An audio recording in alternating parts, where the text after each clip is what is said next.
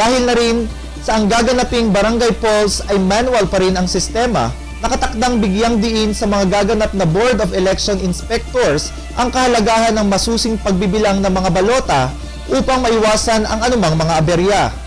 Bagamat nawala sa kanila ang pamamahala sa matagal na panunungkulan bilang kapitan ng Nag-iba Uno, pasasalamat naman ang pagbati ni Kapitan Jolly Makasait sa lahat ng tumulong sa kanya at nagtiwala sa kanyang kakayahang mamuno sa kanilang lugar. Ang masasabi ko naman po ay siyempre pangunahin po sa lahat doon sa mga taong ika nga ay nanalig at naniwala sa ating mga ipinakipaglaban o para sa kapakanan nito ay maraming salamat po. Sila po ang aking naging inspirasyon para panindigan at ipakipaglaban kung ano ang totoo at karapat-dapat. At doon naman po sa ika nga hindi naniwala ay masasabi ko pong sila rin ang nagbigay ng lakas ng loob sa akin para patunayan ko sa kanila na ang akin pong naging adhikain ay para sa kapakanan ng lahat. Samantala, matapos ang isinagawang installation, pinagtibay naman ang pagiging bagong kapitan ni Makasait nang isagawa ang opisyal na panunumpa nito sa harap ni City Mayor Doy Liatson na sinaksihan pa rin ni na City Comelec Officer Sonia Dinglasan at DILG Officer Ulysses Ferraren.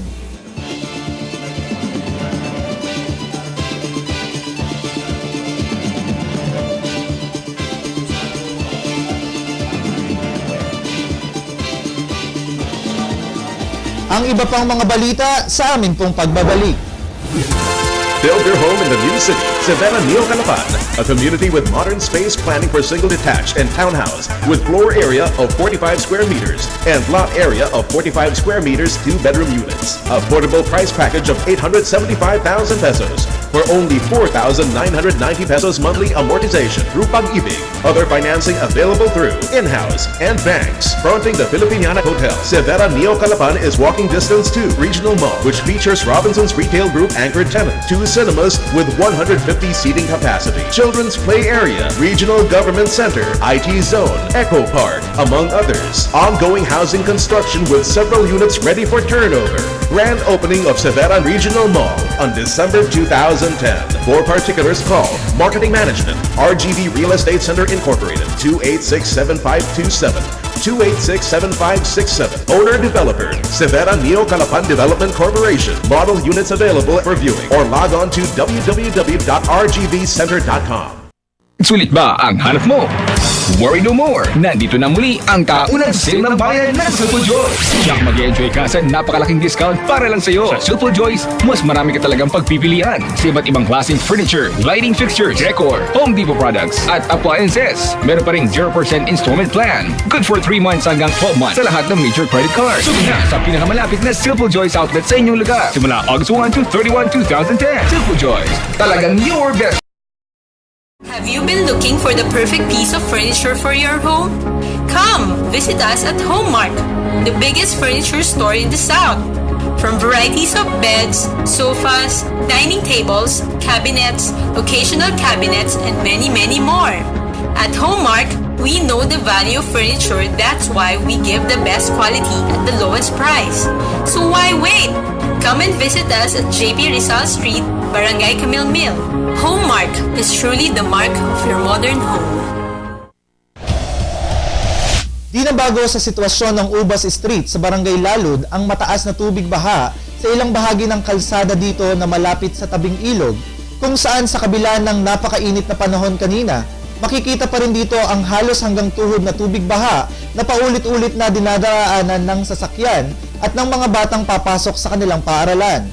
Kung himutok ang maririnig sa mga apektadong residente sa tabi ng highway, mas malaking pasakit at pahirap naman sa mga nakatira sa kalapit ilog dito dahil sa taas ng tubig baha sa kanilang lugar kung saan kapantay na ng kanilang daan ang mismong ilog, kung kaya't sa halip na makakuha ng sakit, dala ng maruming tubig baha, mas minabuti na lamang nila na huwag lumabas ng kanilang mga bahay at magtiis hanggang sa humupa ang tubig sa kanilang lugar.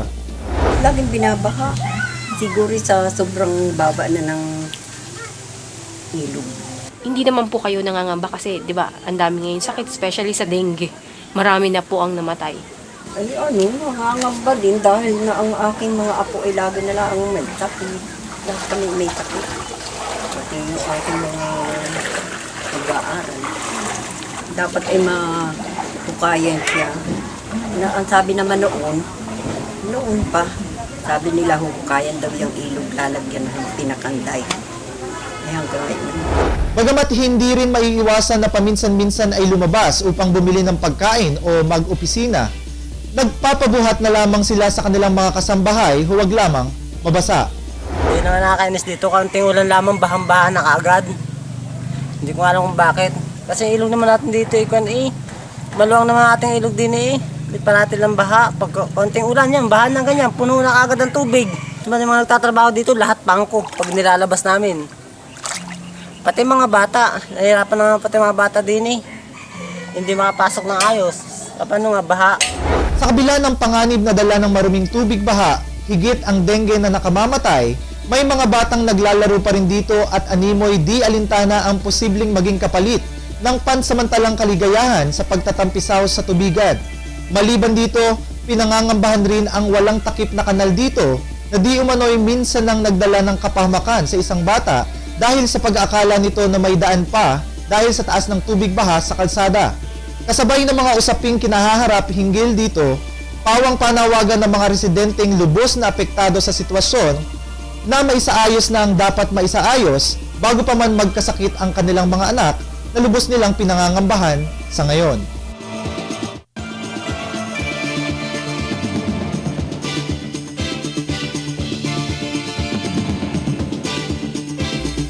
At yan po ang kabuuan ng mga balitang nakalap sa araw na ito.